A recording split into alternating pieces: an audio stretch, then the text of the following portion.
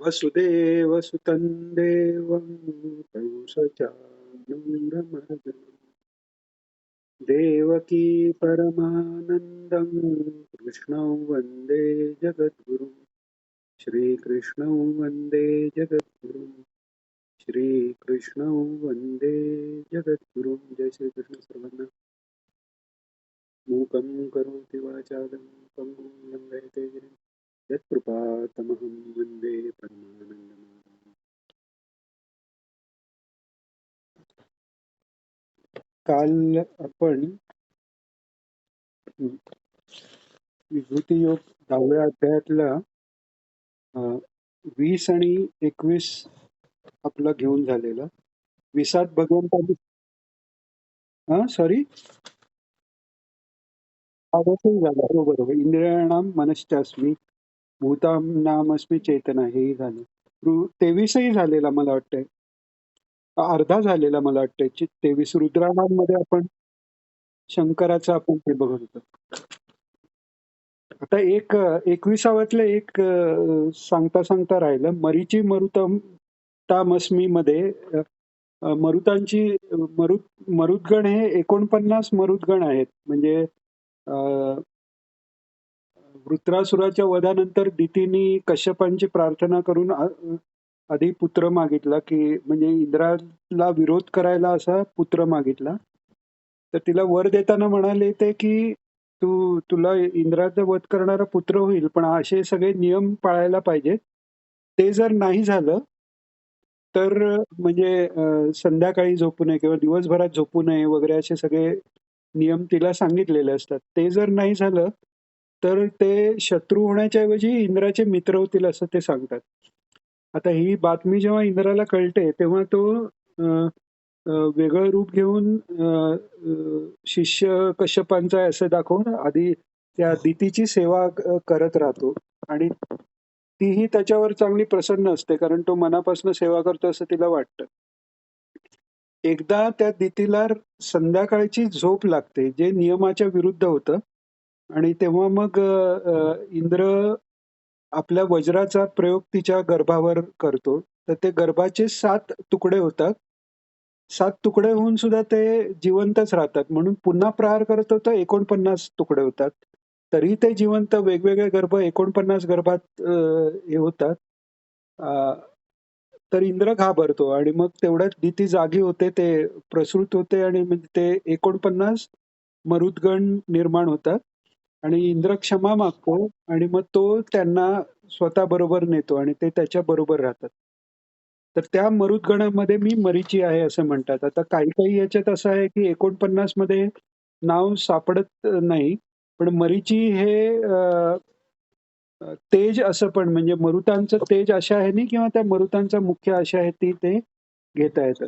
हा एक मरीचीचं हे सांगताना राहून गेलं ते सांगितलं. रुद्राणाम शंकरश्चास्मी हे आपण पाहिलं की शंकर हेही भगवंताचं एक विष्णू सहस्रनामात पण शंकर हे नाव आलेलं आहे. वित्तेशो म्हणजे कुबेर हेही पाहिलं.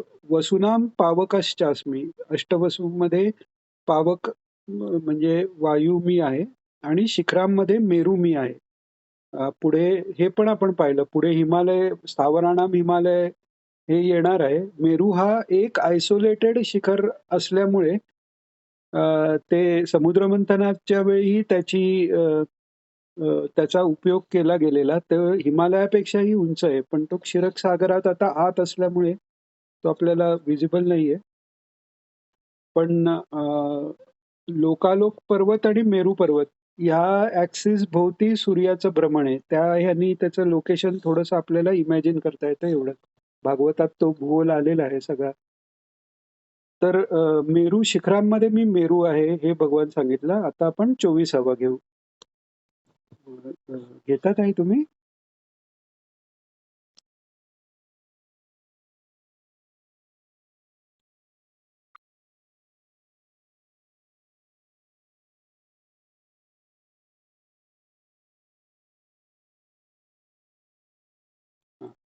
म्हणजे कोणत्याही थोडक्यात म्हणजे कोणतीही कॅटेगरी आपण घेतली तर त्यातलं जे बेस्ट आहे ते मी आहे हे भगवान हे सांगतायत आता.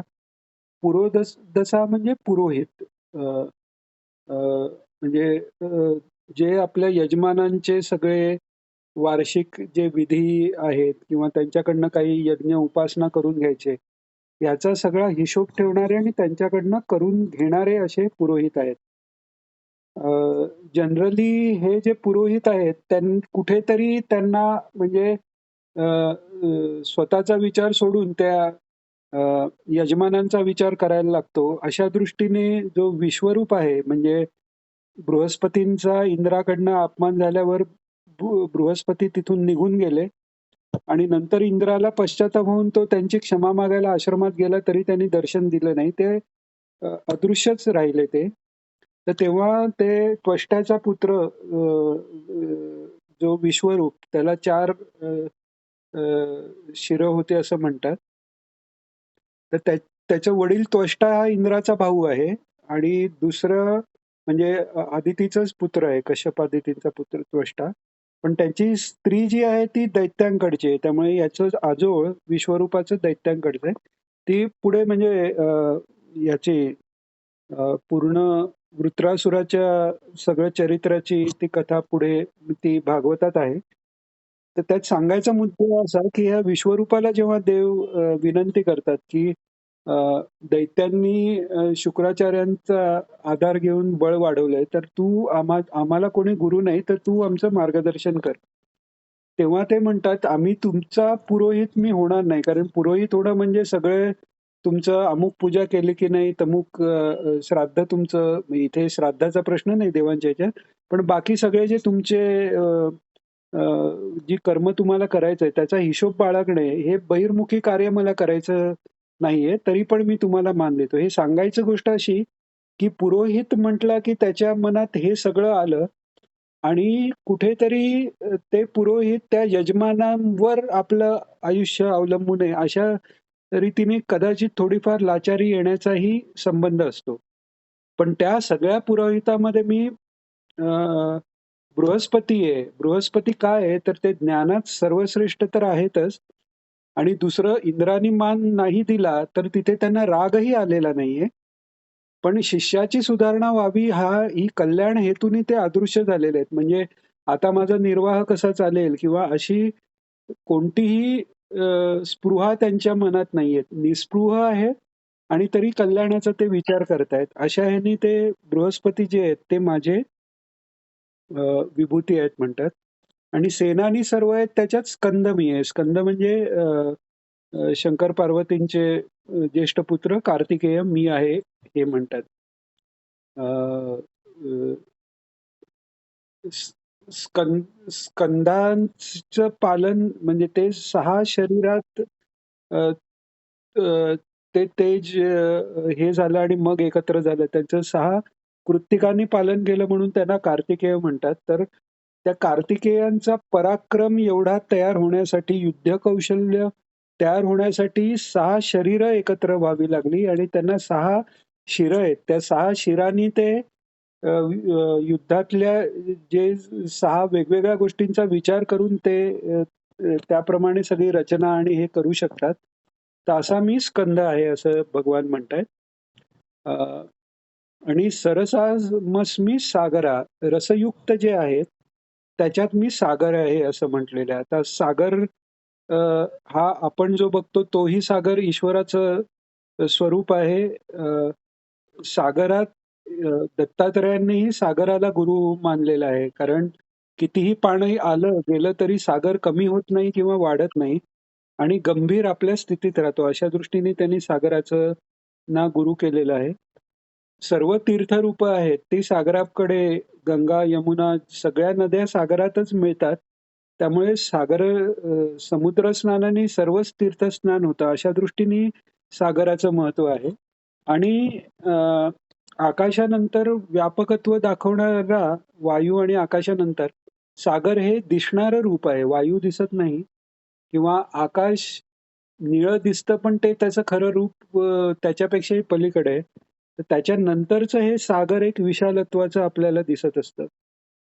तर असा रसयुक्त जे आहे त्याच्यात मी समुद्र किंवा सागर आहे असं म्हणतात. आणि हा सागर हा सागर आपल्याला लवणयुक्त सागर माहितीये. जो अ, अ, पौराणिक भूगोल आहेत त्याच्यात एका अ, आवरणाच्या पलीकडे दुसरं आवरण असं एक एक लोक आणि त्याच्या पलीकडे त्याचे सागर असे सगळे सांगितलेले आहेत. क्षीरसागर हा सर्वात व्यापक आहे ज्याच्यात भगवंत स्वतः अ, विराजमान आहेत. तर तो सागर रूपी मीच आहे. मीच सागर आहे असे म्हणतात. अ, पुढचा श्लोक 25वा.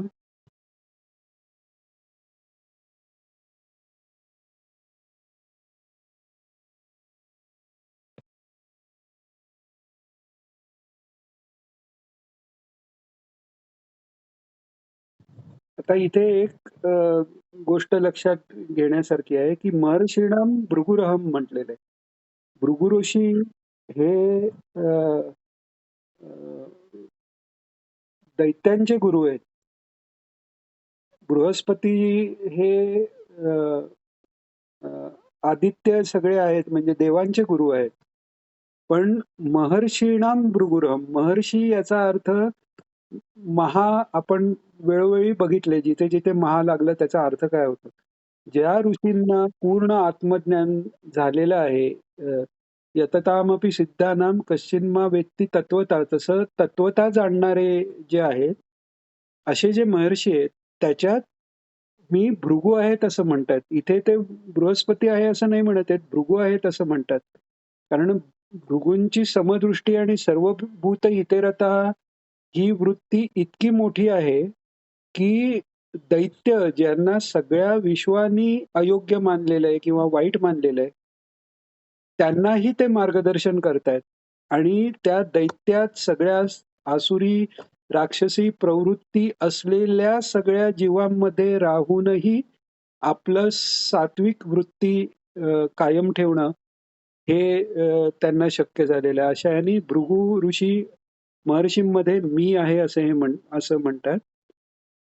आणि गिरा गिरामस्मे कम कम अक्षरम असं म्हटलं. गिराम म्हणजे आपण म्हणतो गिरवणं म्हणजे लिहिणं. लिहिणं किंवा बोललं गेल्यामध्ये गिराम म्हणजे शब्दांमध्ये अ, एकम अक्षरम मी आहे म्हणजे अक्षर मी आहे. आता या अक्षरच याचा अर्थ करताना न क्षरत म्हणजे क्षरत नाही ते अक्षर हे परब्रह्म झालं आणि त्याचं जे प्रथम सगुण स्वरूप जे आलं ध्वनी रूपाने ते ओंकार रूप आलेलं आहे. तर तो ओंकार मी आहे असं भगवान म्हणतात. अ, म्हणजे अक्षरामध्ये ओंकार आहे आणि म्हणजे शब्दांमध्ये मी ओंकार आहे आणि मग अक्षरामध्ये पुढे येणार आहे की मी अकार आहे. त्याचा अर्थ आपण तेव्हा पाहू. तर तसा मी शब्दामध्ये ओंकार हे अक्षर मी आहे. यज्ञानाम जपयज्ञोस्मी आणि स्थावराणाम हिमालया. आधी आपण स्थावराणाम हिमालया याचा अर्थ करू. यज्ञानाम जपयज्ञोस्मी आपण बऱ्याच वेळा घेतलाय, पण त्याचा पुन्हा पुन्हा विचार होणं आवश्यक आहे. स्थावराणाम हिमालय. आता हिमालय हा एकच शिखर नाहीये, तो पसरलेला आहे आणि दृढ आहे. म्हणजे मेरू जरी म्हटला तरी समुद्रमंथनाच्या वेळी त्याला उचलून त्याचा रवीसारखा उपयोग केला गेला. भगवंतानी जरी केला गेला असला तरी केला गेला. पण हिमालय जिथे आहे तिथे स्थावर असण्याची, एका ठिकाणी निश्चित राहण्याची जी वृत्ती आहे, त्याच्याकरता हिमालय ही विभूती आहे. अजून हिमालयाचं महत्व असं आहे, की साक्षात भगवती तिला हिमालयाच्या पोटी यावंसं वाटलं. तिकडे ती जन्माला आलेली आहे. गंगा ही हिमालयात जे काही पवित्र आहे, भगवान शंकरही हिमालयात राहतात. तर त्या पवित्रता इतक्या मोठ्या प्रमाणात पवित्रता ठेवून तिथे ती अडिग राहणं. आपण बघतो बाकी जी ठिकाणं आहेत तिथे अ, ती पवित्रता ठेवण्यासाठी आपल्याला प्रयत्न करायला लागतो. पण हा हिमालय जसा पूर्वकाळी होता तसा आजही आणि पुढेही तो तितकाच पवित्रता त्याची तो राखून आहे. असा स्थावराणाम हिमालय मी आहे आणि यज्ञानाम जपयज्ञोस्मी. अ, बऱ्याच वेळा ज्ञानमार्गाने कोरड्या ज्ञानमार्गाने जे जातात किंवा योगमार्गाने जातात, ज्यांची बुद्धी योग ज्ञान हे सगळं एक आहे आणि भगवंताची भक्तीत ते अंतर्भूत होते हे अ, अ, ज्यांना समजलेलं नसतं. आता ज्यांना जाऊन दे आपल्यालाही किंवा माझ्यापुरतं मी म्हटलं तरी नामाचं महात्म्य हे पूर्ण समजलंय असं म्हणू शकत नाही. कारण नाम घेणं किंवा जप करणं, जप याचा अर्थ नाम श्वासाबरोबर प्राणाचीही स्थिरता आहे. जो अजपाजप म्हणतात, सोहम, जो श्वासाबरोबरच चालू आहे. तिथे जर ध्यान लावलं तर त्या जपाबरोबर खरोखरच सोहम हा अनुभव येतो. सहा म्हणजे तो एक परमेश्वर तत्व, अहम म्हणजे माझ्यातलं परमेश्वर तत्व हे एक आहे असा तो आनंदरूप अनुभव त्या जपानी येतो. असं सगळ्या यज्ञात म्हणून अहम क्रतुर अहम यज्ञ हे सांगताना वैदिक पद्धतीने जे हवनानी करतात, म्हणजे सगळेच यज्ञ हवनरूप आहेत. पण जे फिजिकल लाकडाचं हवन, तूप घालणं हे सगळं जर करतात ते क्रतू आहे. तर असे सगळ्या ह्याच्यात जो यज्ञ सर्वात महत्वाचा आहे, की जो डायरेक्ट परमेश्वरापर्यंत पोहोचतो आहे, तो जपयज्ञ आहे.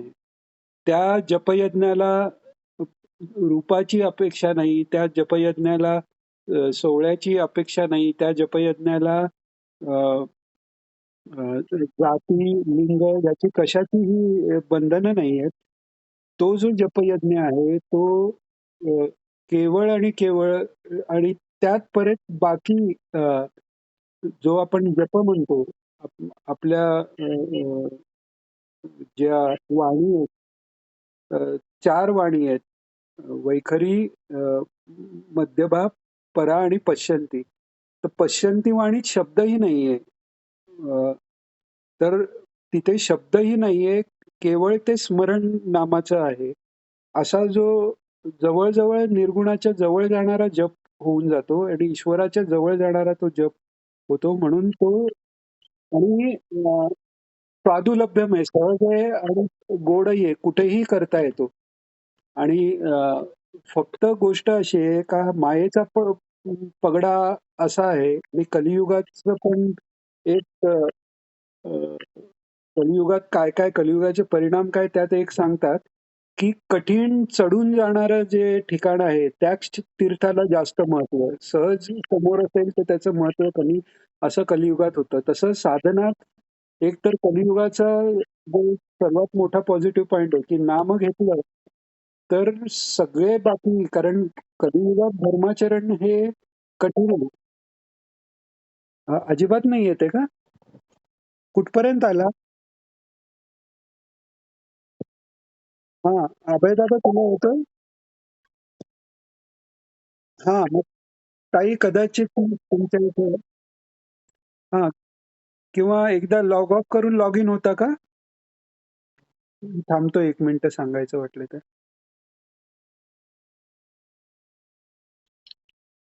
हां. तर अ, कलियुगात नुसत्या नामस्मरणानेही सगळी साधलं जातं हे सर्वच संत महात्मे सांगतात. पण तो पूर्ण विश्वास आपला होऊ शकत नाही. इतकी ही ती माया आहे आणि कलियुगाचाही प्रभाव आहे. पण सगळ्या साधनांचं सार, सगळ्या साधनातलं सर्वात श्रेष्ठ साधन जपयज्ञ आहे हे भगवान इथे सांगतात. ही एक काय म्हणतात ती गुरुकिल्ली गीतेतली आहे. कारण अ, बाकी आपण साधन पूजा जरी म्हटली किंवा बाकी काहीही म्हटलं, इव्हन स्वरूपाचं ध्यान, मानस पूजा जरी म्हटली, तरी आपल्याला त्याच्यात बऱ्याच काही गोष्टीचं व्हिज्युअलायझेशन करतोय किंवा बाहेरची साधनं लागतायत.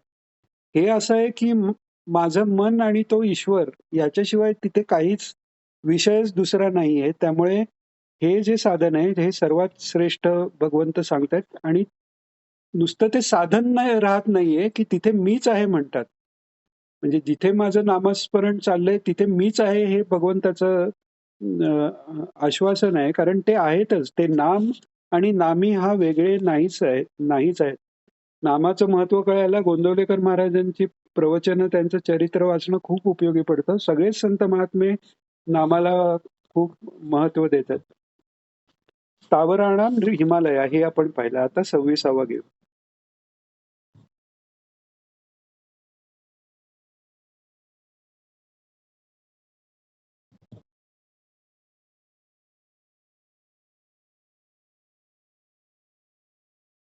वा. अश्वत्थ सर्व वृक्षाणाम. अश्वत्थ वृक्ष आता 15व्या अध्यायात सगळ्या विश्वाचं वर्णन करण्यासाठी पण भगवंतानी अश्वत्थचं उदाहरण ऊर्ध्वमूलम अधशाखा अश्वत्थम प्राहुरव्ययम म्हणून हे दिलेलं आहे. तर याचं म्हणजे तो अश्वत्थ ही माझी विभूतीच आहे हे इथे भगवान सांगतायत. म्हणून अश्वत्थाच्या पूजेला, अश्वत्थाच्या प्रदक्षिणेला खूप महत्व आहे, कारण ते स्वतः विष्णू रूप आहेत. अश्वत्थाचा विशेष असा आहे की अ, जीवन सातत्य हे अश्वत्थात आहे. त्याच्यात अ, बीज आलं, मग ते दुसरीकडे पडलं, त्याच्यावरनं वृक्ष झाला, हे आपण बाकी वृक्षात पाहतो. पण वृक्षाच्या अ, अ, फांद्यांमधनंच परत मूळ तयार होणं, या दृष्टीने या विश्वचक्राचं एक रिप्रेझेंटेशन पण अश्वत्थात होतं. त्या ऊर्ध्वमूलम अधःशाखामध्ये खाली असलेल्या शाखांमधनं पण काही शाखा वर जातात असं पण अ, अ, श्लोक त्यात आहेत. ते आपण 15व्या अध्यायात पाहणारच आहोत. अ, अ, अ, 15व्या अध्यायातलं अधश्चोर्ध्वम प्रसूतास्तस्य शाखा हे दुसरं श्लोक आहे. म्हणजे त्याच्या शाखा अध आणि ऊर्ध्व गेलेल्या आहेत. तसंच इथे पृथ्वीवर त्याचं प्रतिबिंब म्हणजे सरळ जो अश्वत्थ आहे त्याच्या शाखा अ, वर गेल्यात, तशाच त्याची मुळं खाली आली आहेत. म्हणजे आपल्या मूल रूपाकडे जाण्याची वृत्ती त्या अश्वत्थात आहे. आपलं मूल रूप म्हणजे सच्चिदानंद परमेश्वर. त्यामुळे अश्वत्थ सगळ्या वृक्षांमध्ये मी अश्वत्थ हे भगवान म्हणतात. देवर्षीणांचे नारदा. देव जे आहेत त्यात देव असून ऋषी असणं. आता राजर्षी म्हणजे राजा असून ऋषी हे पण कदाचित सोपं आहे. पण देवर्षी असणं हे फार कठीण आहे. कारण देवयोनी हे आपण मागे पाहिलं की पुण्यलोकामुळे स्वर्ग मिळाला आणि क्षिणे पुण्य मर्त्य लोकम विशंती. त्यामुळे देवयोनी ही पण एका प्रकारची भोगयोनी मानली गेली. तिथे मुक्तीचा उपाय आणि त्याच्याकरता प्रयत्न होणं फार कठीण आहे. किंवा त्याच्याकरता कोण प्रयत्न करत असेल तरी त्याला मनुष्य जन्म घेऊन तिथपर्यंत पोचावं लागतं. नारद हे स्वतः 36 अवतारामध्ये भगवंतांनी नारद हे माझं अवतार म्हणून स्वतःचा सांगितलेलं आहे. त्यामुळे का तर त्या योनीतही ते ईश्वराशी संलग्न आहेत. दक्षाने शाप दिलाय त्यांना. त्या दक्षाला जेव्हा ब्रह्मदेवाने सृष्टी करायला सांगितली, त्यांनी पहिली 10,000 मुलं झाली. त्यांनी सांगितलं तुम्ही तपश्चर्या करून नंतर श्रम करून सृष्टी वाढवा. तर हे तिथे गेल्यानंतर नारद त्यांना उपदेश करतात की हे कशा करता तुम्ही करताय म्हणे. तुमचं मूळ कशात आहे, थोडक्यात सांगतो. म्हणजे मूळ कशात आहे ते समजल्याशिवाय या सगळ्या गोष्टीचा काय उपयोग. असं करून ते परमेश्वर प्राप्ती करतात, ते तपश्चर्याला जातात. परत हे अजून 10,000 संतती उत्पन्न करतात. त्यांना परत नारद म्हणतात तुमचे ज्येष्ठ बंधू सगळे काय मार्गाने गेले, तुम्ही कसे कुठे चाललाय. त्यांनाही त्या ईश्वर प्राप्तीकडे लावून देतात. आणि दक्ष त्यांना शाप देतो की तुम्ही एका ठिकाणी काही क्षणापेक्षा जास्त राहू शकणार नाही. आता किती हा एका ठिकाणी एका क्षणाबद्दल पेक्षा जास्त राहू शकणार नाही. मग ते 6व्या अध्यायात आपण बघितलंय तसं एकांत बघून स्थिर आसन, ना अति उच्च ना अति नीच, असं करून मग तो ध्यान करणार परमेश्वराचं, हे कुठे शक्य आहे.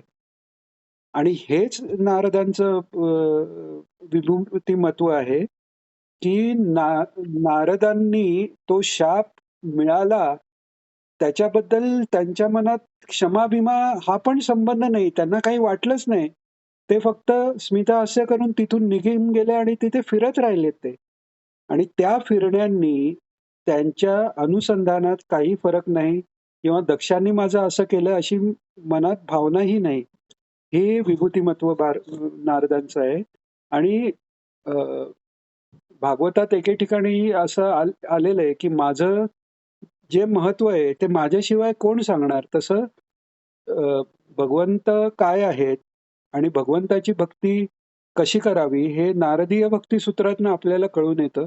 असे हे नारद हे विभूती आहेत भगवंतांची. गंधर्वामध्ये चित्ररथ गंधर्व ही माझी विभूती असे म्हणतात आणि सिद्धानां कपिलो मुनी अ, जी शास्त्र आपण पाहतो, षटशास्त्र जी आस्तिक शास्त्र आहेत, त्या आस्तिक शास्त्रामध्ये मीमांसापासून वेदांतापर्यंत एकापेक्षा एक वर स्थिती आहे. त्यांचा अ, दिसताना विरोध दिसतो. म्हणजे मीमांसेत कर्माला महत्व आहे अ, आणि वेदांत हे ज्ञानाला महत्व आहे. पण हे त्या स्थितीप्रमाणे आहे. याच्या सगळ्याचा समन्वय आहे आणि पूर्ण तिथपर्यंत लगेच पोहोचू शकणार नाही. त्यामुळे एकापेक्षा एक श्रेष्ठ असं शास्त्र एकेका ऋषींनी केलंय.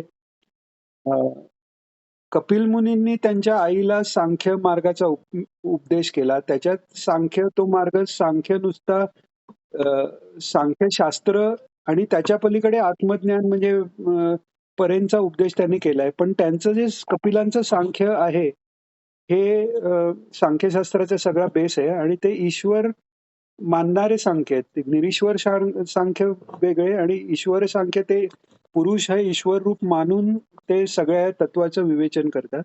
तर हा कपिल अवतारही 24 अवतारामध्ये भगवंताचा सांगितलेला आहे. त्यांनी आपल्या मातेला ज्ञानाचा उपदेश केला देवहूतीला आणि ती देवहूतीची ही म्हणजे तपश्चर्या इतकी आहे, की ती तिचा अ, अ, अ, अ, मुलगा कपिल आणि एक मुलगी अनसूया माता आहे. तिच्या पोटी पुन्हा भगवान दत्तात्रय रूपाने आलेले आहेत. असे कपिल मी आहे आणि आता मुनी म्हटलेलं आहे. आपण मागे पण एकदा बघितलं ऋषी, मुनी, अ, तपस्वी या प्रत्येक शब्दाचा अर्थ थोडा-थोडा बदलत जातो. तर मुनी अ, या शब्दाचा अर्थ मनन करणारे. तर पूर्ण सांख्य योग जो आहे, सगळे सृष्टीची जी तत्वाची गणना करणं, हे फार मोठा विषय आहे आणि त्याचं मनन करणं हे साध्या मानवी बुद्धीला अ, शक्य नाही पूर्ण हे करणं. ते करणारे असे हे कपिल महर्षी आहेत. आणि कपिलांची गोष्ट सांगतात हे सगराचे जे 1000 पुत्र जे भस्म झाले अ, त्यांचा उद्धार करायला गंगा आणण्यासाठी प्रयत्न झाले आणि शेवटी भगीरथाने ती आणली. तर ते सगरपुत्र भस्म कसे झाले तर हा त्यांचा सगर राजाचा जो अश्वमेधाचा अश्व होता, तो कपिल मुनींच्या आश्रमाच्या बाहेर येऊन थांबला म्हणा का कोणीतरी त्याला अ, इंद्र त्याला टाळत होता म्हणजे त्याचं कारण 100 अश्वमेध झाला की तो इंद्रपदाला लायक होतो. ते होऊ नये म्हणून तो मुद्दामून कपिल मुनींच्या अ, आश्रमाच्या बाहेर तो बांधतो अशी कथा आहे. तर हे सगळे येतात आणि कपिलांवर प्रहार करायला जाणार तर ते तिथल्या तिथे भस्म होतात. कपिल त्यांना शाप देत नाहीत. त्यांनाही ती देहबुद्धीही नाहीये. पण ते ईश्वर रूप असल्यामुळे त्याचा प्रतिकार या ईश्वराची जी पूर्ण भूतात्मक जी लीला आहे, त्यातनं त्याला विरोध केला जाऊन त्यांचं भस्म होतं. असे हे कपिल मुनी 24 अवतारांपैकी एक अवतार आहेत भगवंताचे. तेही माझी विभूती आहेत. आता 27वा.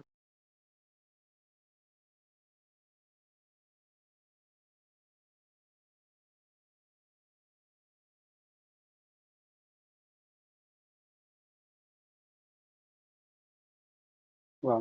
आता अजून एक राहिलं. सिद्धानाम कपिल मुनी म्हटले. सिद्ध म्हणजे जे अ, आत्मरूपापर्यंत पोचलेले आहेत ते सिद्ध. आता हे जन्मताच सिद्ध आहेत अवतारी असल्यामुळे. त्यामुळे सगळ्या सिद्धांमध्ये ते श्रेष्ठ असणार आहेत आणि सर्वात श्रेष्ठ जे आहेत ते माझी विभूती आहेत, असं भगवान म्हणालेले आहेत. आता भगवान सांगतायत, "उच्चैःश्रवा सम अश्वानाम अ, अ, उच्चैःश्रवा जेव्हा समुद्रमंथन झालं त्यात जी 14 रत्न आली त्याच्यात ऐरावत जसा आला तर त्याच्या आधी उच्चैःश्रवा नामक अश्व आला जो बलीनी स्वतःकडे घेतला असा हे आहे. तर तो अश्व मी आहे कारण समुद्र मंथनातनं सर्वात प्रेशस म्हणजे अगदी अमूल्य जी रत्न आली लक्ष्मी देवी ही त्या समुद्र मंथनातनं आली. म्हणजे एका पद्धतीने विचार केला तर उच्चैःश्रवा अश्व किंवा अ, न, हे ऐरावत हे त्या दृष्टीने त्या लक्ष्मीच्या अवताराचे बंधू मानायलाही हरकत नाहीत असा तो अश्व ते माझं रूप आहे म्हणतात. आणि अ, अ, का तर तो कशाबरोबर उत्पन्न झालाय तर एक तर लक्ष्मी तर आदिशक्ती लक्ष्मीचा तो अवतार तर त्या बरोबर झालाय आणि अमृत पण तिथूनच प्राप्त झालंय म्हणजे अ,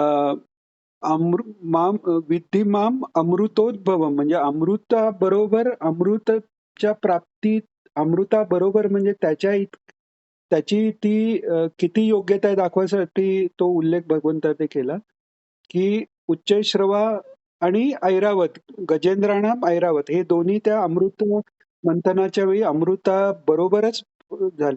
आपण अमृत घेऊन अमर होतो हे देवांचं आहे पण हे तर अमृताबरोबरच जन्माला आले तर ही त्यांची योग्यता आहे म्हणून गजेंद्र म्हणजे हत्तींचे जे मुख्य सगळे आहेत त्या सगळ्यात मी गजेंद्र आणि घोड्यामध्ये उच्चश्रवा आहे. आणि नराणांच नराधिपा नराधिपा म्हणजे राजा जो राजा क्षत्रिय धर्म जो सांगितलेला आहे प्रजा संरक्षण प्रजेच्या सगळ्या सोयींचं संवर्धन प्रजेचं कल्याण आणि संत सत्पुरुषांची सेवा आणि धर्मरक्षण हे सगळं करणारा असा जो राजा आहे तो माझी विभूती आहे असं म्हणतात भगवान. धर्माचं स्वतः आचरण करून दाखवणं आणि धर्म शिकवणं हे द्विज जातीला आहे म्हणून भगवंतांनी सांगितले विप्र हे माझे शरीर आहेत आणि क्षत्रिय हे हात आहेत सांगितले कारण हातांनी संरक्षण होणार आहे तसं त्यामुळे धर्माचं संरक्षण याची जबाबदारी मुख्यत्वे करून क्षत्रियांकडे दिली गेलेली आहे. तर त्यामुळे असा जो करणारा आहे तो तसा जो राजा आहे ते माझंच रूप आहे ती माझी विभूती आहे. हा 28.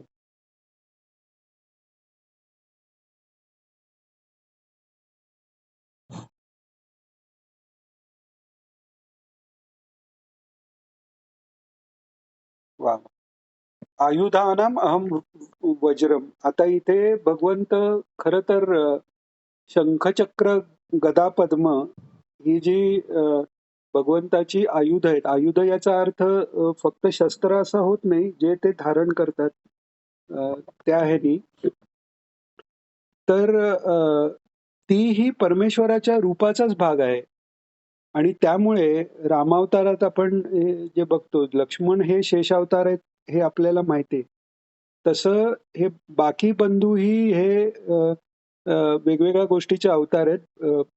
शत्रुघ्न हे स्वतः सुदर्शन चक्राचे अवतार आहेत आणि सुदर्शन चक्र हे ज्ञानस्वरूप आहे म्हणजे ते परमेश्वर स्वरूपच आहे. आता ते परमेश्वर स्वरूपाच्याच अंतर्गत आहेत आणि भगवान हे आपल्यापेक्षा आपल्या भक्ताला महत्व देतात. वज्र तयार होताना आत्मबुद्धीचा पूर्ण त्याग करून सर्व विश्वाच्या कल्याणाकरता त्या दधीचींनी तो त्याग करून स्वतःच्या म्हणजे स्वतःची हाडं दिलेली आहेत. त्या वज्रात त्या दधीची मुनींची पूर्ण तपशक्ती आहे म्हणून आयुधानाम अहम वज्र भगवंत इथे म्हणतात. आणि धेनू नामस्मी कामधू कामधेनू जी आहे ते माझं रूप आहे सर्व धेनूमध्ये श्रेष्ठ. च्यास्मी कंदर्पा. कंदर्प म्हणजे कामदेव. अ, म्हणजे प्रजनन करण्यात जे आवश्यक आहे किंवा प्रजनन ज्याच्यामुळे घडून येतं, त्यात मी कामदेव आहे. आणि कामभावना पण धर्माविरुद्ध भूतानां कामोस्मी भरतर्षभ हे पण आता पुढे भगवान सांगणारच आहेत. तर असा अ, त्याच्यात श्रेष्ठ जे आहे तो मी अ, कामदेव आहे हे भगवान सांगतायत. आणि त्यामुळेच त्या कामदेवाला त्याला अनंग असंही नाव आहे. जेव्हा शंकरांना मोह त्यांनी उत्पन्न करण्याचा प्रयत्न केला कार्तिकेयांच्या जन्माच्या वेळी, तेव्हा शंकरांनी त्यांना भस्मसात केल्यानंतर, त्याच्यानंतर द्वापार युगापर्यंत थांबून नंतर श्रीकृष्णांचे पुत्र म्हणून ते पहिले पुत्र म्हणून जन्माला आलेले आहेत. तर अशा दृष्टीने त्या कामदेवांचाही अधिकार इतका मोठा आहे, की देवांचं कार्य करायला त्यांना माहिती आहे, की शंकरांना आपण मोह उत्पन्न करतोय याचे परिणाम काहीही होऊ शकतील. पण त्यांनी स्वतःच्या देहाचाही विचार न करता ती गोष्ट केलेली आहे आणि तरीही देह नसतानाही त्यांचा जो कर्तव्य आहे ते त्यांचं देहाशिवायही त्यांनी चालू ठेवलं हे त्यांचं सामर्थ्य आहे. तसा प्रजनश्चास्मी कंदर्पा सर्पाणामस्मी वासुकी अनंत वासुकी मी शेषम हे सांगितलेले आहेत हे मुख्य जे नाग आहेत. तर शेष हे तर अनंत रूप म्हणजे शेष भगवान हे भगवंताचंच रूप आहे हे तर आहे. पण वासुकी जे शंकराच्या गळ्याभोवती आहेत, अर्थात भगवान विष्णू रूपाने शंकर रूपाची स्तुती करतायत, शंकर रूपांनी ते विष्णू रूपाची स्तुती करतायत. तर त्यामुळे शंकराच्या गळ्यात राहणारा म्हणजे तो किती भाग्यवान असेल. शंकराचं सानिध्य आहे, नित्य गंगेचं स्नान आहे, असा तो वासुकी मी आहे असं ही माझी विभूती आहे असं म्हणतात. आणि सर्प आणि नाग याच्यात आपण जसा फरक करतो म्हणजे फणा असलेला नाग आणि अमुक असलेला सर्प याच्यापेक्षा शास्त्रात वेगळं वर्गीकरण आहे. तेवढ्या डिटेलमध्ये आपण जात नाही. तर इथे त्यांनी सर्पामध्ये मी वासुकी आहे असं सांगितलंय आणि अनंत म्हणजे शेष भगवान जो आहे तो मी नागामध्ये मी आहे हे पुढच्या श्लोकात ते सांगतील. 29वा श्लोक. थांबूया का आपण? झाले 29वा उद्या घेऊ. प्रार्थना घेऊ आता. योगेशं सच्चिदानन्दं वासुदेवं व्रजप्रियं धर्मसंस्थापकं वीरं कृष्णं वन्दे जगद्गुरुं. श्रीकृष्णं वन्दे जगद्गुरुं. श्रीकृष्णं वन्दे जगद्गुरुं. जय श्रीकृष्ण सर्वांना.